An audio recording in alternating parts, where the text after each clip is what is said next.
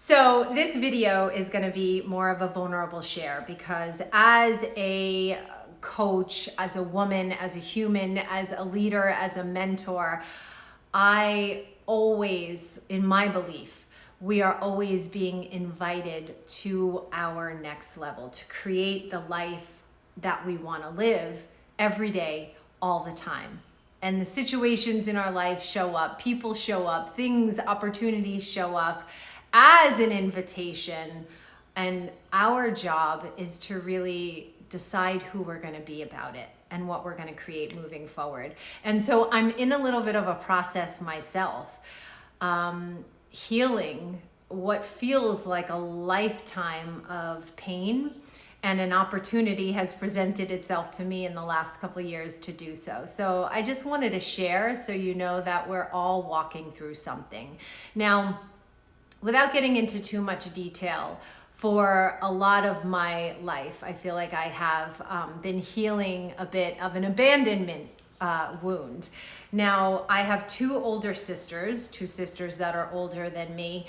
One is 4.5 years older than me, and the other one is 14 months. Now, I guess there was some birth trauma when I was born, and I was a very loud, upset baby, is what I'm told. I screamed a lot. And in order for my mother to get some sleep and some rest, and my two sisters and my dad, my mom and dad decided at a very young age that they would put my crib in the basement. So we had a very large house, and there was the first floor and the second floor. The second floor is where all the bedrooms were, and then there was the basement and then the attic.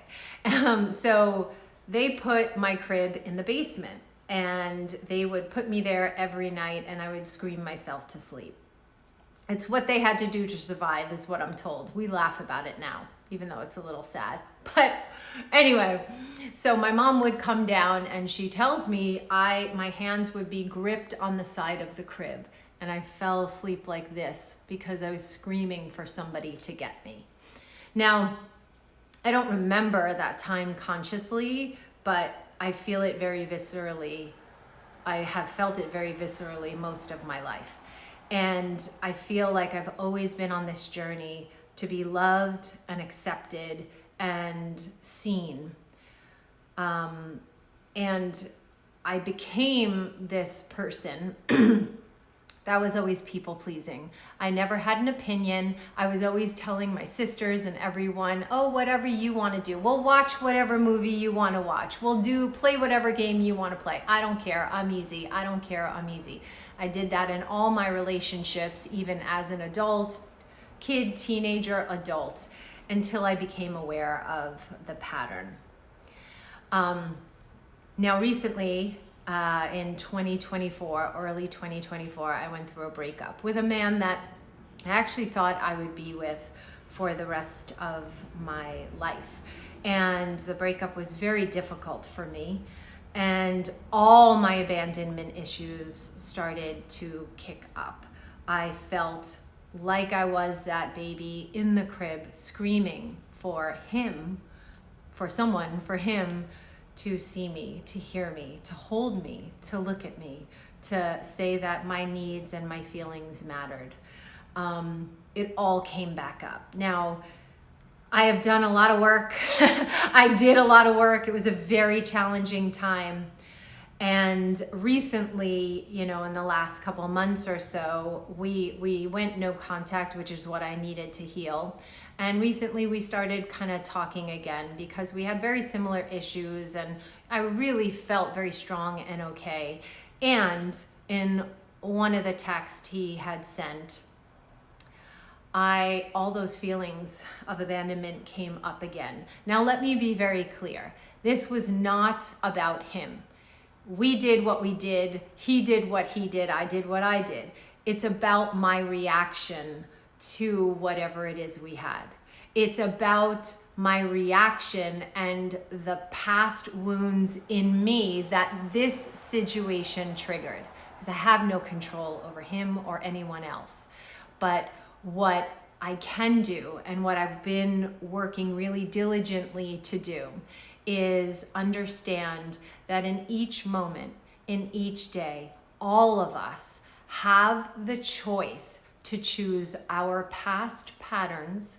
So I could have very easily gone into the people pleaser, gone into no boundaries, gone into, oh, I just want to be love, and all the things that came up, my anxiety, my anxious thoughts that I'll be alone forever, that nobody sees me, that nobody loves me, that all the stuff that came up, I could easily go into that.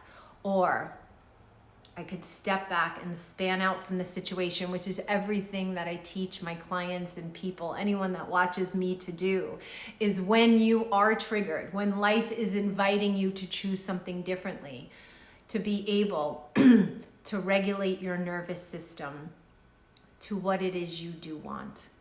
So I had to, and still have to now, because it's buzzing, it's up for me, understand that I don't have to repeat those patterns and go into the woman, the child, the person that I was, that I can now stand in my power.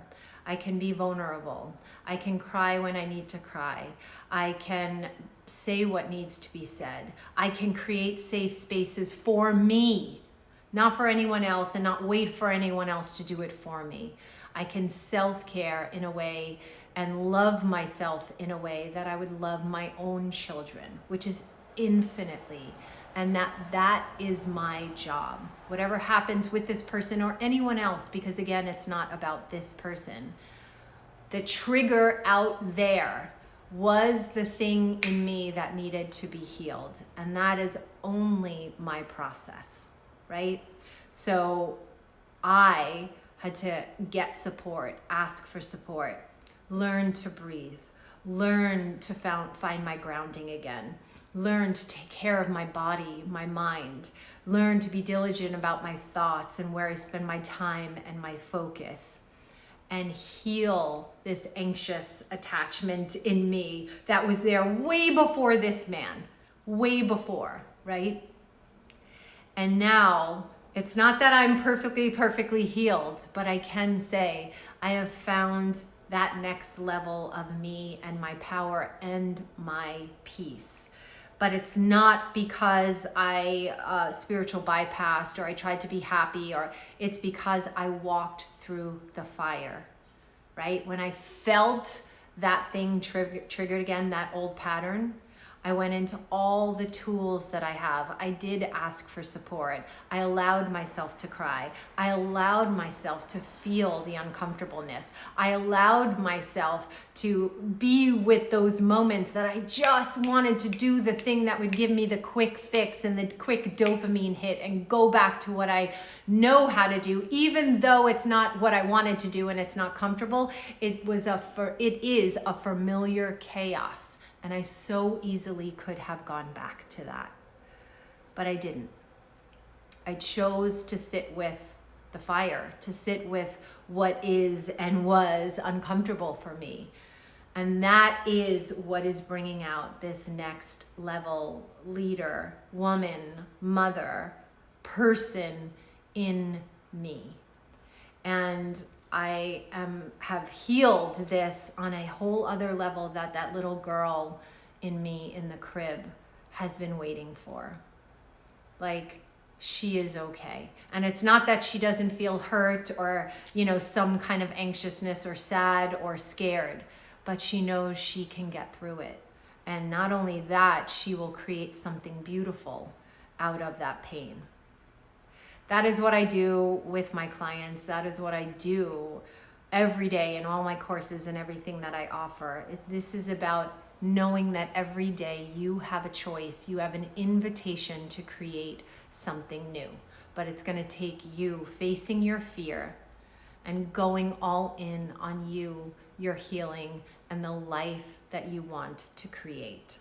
So, thank you for hearing me. Thank you for seeing me. Thank you for being here. If you want any more information about me or what I do with people, let me know. And I'm right there with you. It's all an invitation, my friend. I hope you accept the offer.